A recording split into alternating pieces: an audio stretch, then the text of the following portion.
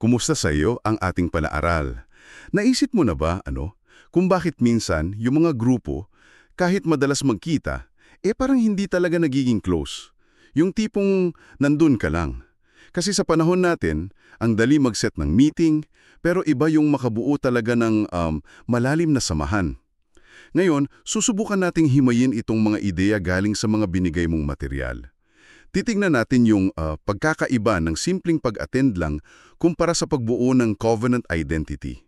Ito yung pagkakakilanlan na galing sa isang parang mas malalim na pangako o tipan. May nagsasabi pa nga na minsan, yung focus sa pagdami ng attendees, hindi pala yun yung pinaka-importante para sa tunay na community. Oo, tama ka dyan. At ang goal natin dito ay maintindihan talaga. Ano ba itong covenant identity na ito? Bakit daw ito crucial para sa isang grupo, lalo na sa iglesia? At paano nga ba ito naiiba sa usual na nakikita nating, alam mo na, pag-attend lang? Sige, simulan natin. Kasi ang unang challenge daw madalas, akala natin yung regular na pagtitipon, yun na yung community. Dumarating ang mga tao, nakikinig, sumasali pa minsan-minsan, pero hindi talaga nabubuo yung matibay na ugnayan na kailangan daw ng katawan ni Kristo. Oo nga, no? Parang kasi present ka, connected ka na. Sabi nga sa materials, madalas hindi raw. Nananatiling event lang, hindi yung buhay na katawan na sama-samang lumalago. So paano pumapasok dito yung konsepto ng tipan o covenant? Yan daw yung susi eh. Magandang tanong yan.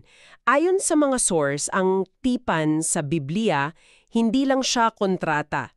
Mas malalim. Relasyon siya na may kasamang commitment, katapatan at pangmatagalan. Hindi transactional. Halimbawa, sa lumang tipan, yung relasyon ng Diyos kay Abraham. Yung pangako ng Diyos sa kanya, di ba? Relasyon yon na nakabatay sa pangako ng Diyos, hindi lang sa kung ano ang makukuha ni Abraham. Tapos sa Exodus naman, nung tinawag ng Diyos ang Israel bilang kanyang bayan. Yung tipan doon, hindi lang pataas Diyos at tao, kundi may pahalang din. Paano sila dapat mamuhay bilang community niya? Sinasabi nga na hindi mo mapaghihiwalay yung pagiging kabilang mo sa Diyos sa pagiging kabilang mo sa kanyang bayan. Connected sila. Okay. Dito na papasok yung bagong tipan. Sabi mo nga, pinalalim pa ni Jesus. Lalo na nung huling hapunan. Yung sinabi niyang, ito ang aking katawan. Parang sinasabi na, ang bagong tipan, hindi lang salita, kundi buhay na pag-aaruga sa isa't isa. Yung pagmamahal na handang magsakripisyo. Kaya pala, iba talaga yung pumupunta sa simbahan. Sa pagiging ang iglesia, oo. Malaki ang pagkakaiba. Yung isa kasi parang venue or event lang. Yung isa, relasyon at identity. Yun na nga, gets ko. Eksakto. Dito lumilinaw yung dalawang konsepto na binabanggit. Yung una, pagtitipon, gathering. Ito yung nakikita nating meeting. Mahalaga daw ito pero hindi sapat. Pwede kang dumalo lagi pero hindi ka naman talaga fully engaged o connected. Present ka pero hindi ka invested, kumbaga. Parang check lang sa attendance? Medyo ganon. Tapos, yung pangalawa, yung iglesia bilang covenant reality. Ito yung mas malalim. Nabubuo ito kapag yung pagtitipon nagiging tunay na community na may tipan. Ang nagbubuklod dito hindi lang yung schedule, kundi yung mutual na pananagutan. Yung sinasabi sa Galatia na dalhin ng pasanin ng isa't isa, di ba? Kasama rin yung iisang misyon. At syempre, yung pag-ibig na nagsasakripisyo, na gaya ng kay Kristo. Kaya ang pagiging iglesia, tungkol daw sa kung sino tayo, hindi lang kung anong ginagawa natin. Identity muna. At dahil dyan, ang daming common misconceptions, Yung akala natin ang iglesia building lang. O yung mga miyembro, audience lang. O yung membership parang ID lang. Malayo pala to sa picture ng iglesia bilang buhay na organismo. Yung parang katawan sa episo. Hindi siya club lang na join ka lang pag gusto mo. Paglilingkod, may sakripisyo at pananagutan. Okay, para mas makita natin to, may halimbawa sa Gawa 2, di ba? Hindi lang daw to basta kwento ng mga unang Kristiyano. Sabi sa isang source, parang blueprint ito ng buhay na may tipan.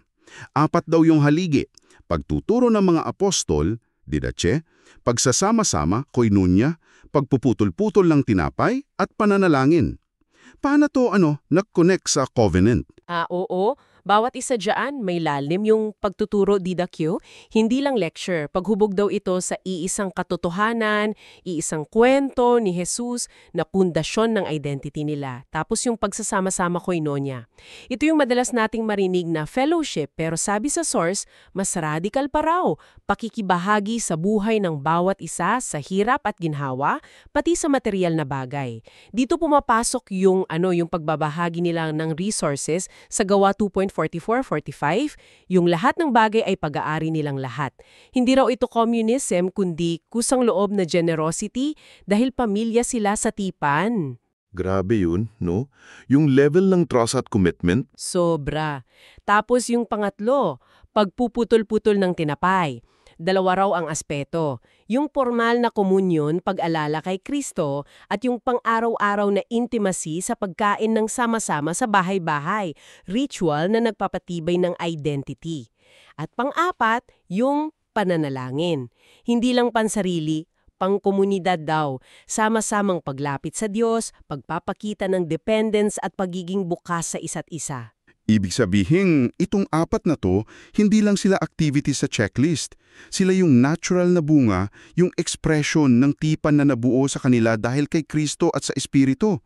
Kaya pala sabi, yung pagiging kabilang nila hindi lang tuwing linggo, buong buhay, 7 days a week, lifestyle talaga. Eksakto. At dito na tayo mapupunta sa tanong na paano ba gumagana ang ganitong klaseng iglesia?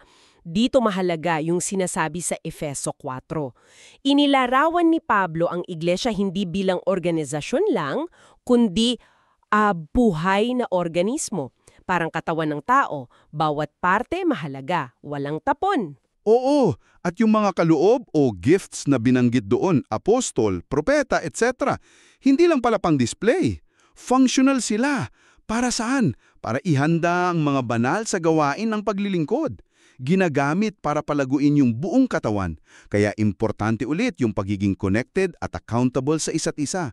Pag may isang parting hindi gumagana, apektado lahat. At ang pandikit sa lahat ng ito, malinaw. Pag-ibig, yun daw yung parang connective tissue. Kahit magkakaiba, nagkakaisa dahil sa pag-ibig. Ang paglago, pagpapatibay sa sarili, sa pag-ibig nangyayari lang kapag bawat bahagi gumaganap ng kanyang role. At ang goal, sama-samang paggulang, hindi individual lang, tungo sa kaganapan ni Kristo. Wow! So ang dating nito sa atin na nakikinig, ano kaya ang practical implications? Mukhang sinasabi na una, huwag tayong kontento na nanunood lang, mahalaga ka. Pangalawa, alamin at gamitin ang kaloob mo para sa iba. Pangatlo, kailangan ng mutual accountability. At pang-4, sa lahat ng to, pag-ibig dapat ang nagpapatakbo. Hindi lang tayo ma-attend, tayo ang katawan. Tama! Tayo nga! At napaka-timely ng usapang ito, lalo na ngayon. May sense of urgency, diba? Sinasabi sa sources na maraming iglesia ang may pressure ngayon galing sa secularization o minsan diretsyong taguusig. Yung mga community na mababaw lang ang ugat, na puro attendance lang, sila daw yung madaling masira o manghina kapag may pagsubok. Totoo yan. Sa kabilang banda, yung mga may matibay na covenant identity, yung talagang may commitment sa isa't isa, sila yung mas matatag. May kwento nga doon sa isang iglesia sa Southeast Asia na dumanas ng matinding persecution. Dahil sa panganib, mga raid, pagkakakulong, na-realize nila na hindi na pwede yung informal lang. Ano yung ginawa nila? Nagdesisyon silang i-formalize yung tipan nila.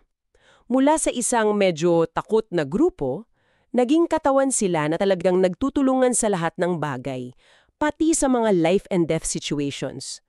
Gumawa sila ng mga specific na pangako, tipong hindi natin ipagkakalulo ang isa't isa. O kaya, kung mawalan ka ng pagkain, kami ang bahala. At yung pinakamatindi, kung kunin ka, palalaki namin ang mga anak mo. Grabe. Paano nila ginawa yun ang hindi nahuhuli? Dahil delikadong isulat, ginawa nila via sanglihim na seremonya. Gabi, sa ilalim ng mga bituin, nagtipon sila. Pinatong ang mga kamay sa isang Biblia at sama-samang binigkas yung mga pangako nila sa Diyos at sa isa't isa. Yung simpleng ritual na yun, naging napakalakas daw na anchor para sa kanila. Wow, talagang nakaka-inspire. Ano ang naging resulta? Mas naging matatag ba sila? Oo, ayon sa kwento, lalong tumibay yung samahan nila, lumalim ang tiwala, at lumago ang pananampalataya nila. Kahit may panganib, nagkaroon sila ng collective courage. Yung tipan ang naging lifeline nila, yung identity nila sa gitna ng pressure. Ang galing! At ang aral dyan para sa atin, kahit wala tayo sa ganong extreme situation, yung prinsipyo ng tipan, nagbibigay pa rin ng lalim at katatagan. Yun ang pinagkakaiba ng pagiging parang club lang, consumer mentality, sa pagiging isang tunay na pamilya, ang covenant ang ugat ng identity. So, paano ito gagawin sa mga community natin ngayon? May nabanggit na mga practical steps, di ba? Yung mga covenant writing workshops at commitment ceremonies. Hindi pala ito basta-basta lang. Kailangan ng intention. Tama, may proseso yan. Karaniwan daw nagsisimula sa pag-aaral muna ng biblical basis ng tipan. Shared understanding muna. Tapos, tinutukoy ng community yung core values nila. Ano ba talagang importante sa atin? Mula doon, isasalin ito sa mga konkretong pangako sa Diyos, sa isa't isa, sa misyon. Yan yung covenant document. Mahalaga yung proseso ng pag-refine at pag-adapt nito kasama ang buong grupo para may ownership. At ang culmination, yung commitment ceremony. Ano yung mga karaniwang laman ng ceremony na yon? Usually, may worship na nakafocus sa faithfulness ng Diyos, may message tungkol sa tipan, public reading ng covenant, sama-samang pag-affirm, yung we do or oo gagawin namin. Madalas may symbolic actions din, tulad ng pagpirma o yung ginawa nila sa Southeast Asia. Tapos panalangin, communion at fellowship meal.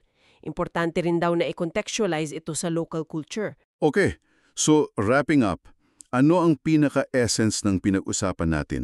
Mukhang ang core message ay yung potential transformation kapag lumipat tayo mula sa pagiging attendees lang tungo sa pagiging isang community na may tunay na tipan. Hindi lang ito tungkol sa salita, binabago daw nito ang katatagan, paglago, at impact ng isang grupo. Oo, at kung iisa-isahin, ang pinakaugat ng pagkakaiba ay ito. Ang pagtitipon, event lang yan. Pero ang iglesia, sa totoo nitong kahulugan, ay isang buhay na organismo, isang covenant reality. Ang pagiging iglesia ay nakaugat sa kung sino tayo, isang katawan na may tipan. Hindi lang sa kung ano ang ginagawa natin. Identity over activity, kumbaga. Kaya, ang iiwan naming tanong para sa iyo na nakikinig ay ito. Baka ang tanong ay hindi lang kung regular ka bang dumadalo. Ang mas malalim na tanong siguro ay, handa ka na bang tunay na mapabilang? Yung handang magsakripisyo, managot, makipagtipan ng seryoso sa iyong community. Anong isang maliit na hakbang ang kaya mong gawin ngayon para umusad mula sa pagiging tagadalo lang patungo sa mas malalim na pakikipagtipan? Pag-isipan mo ito.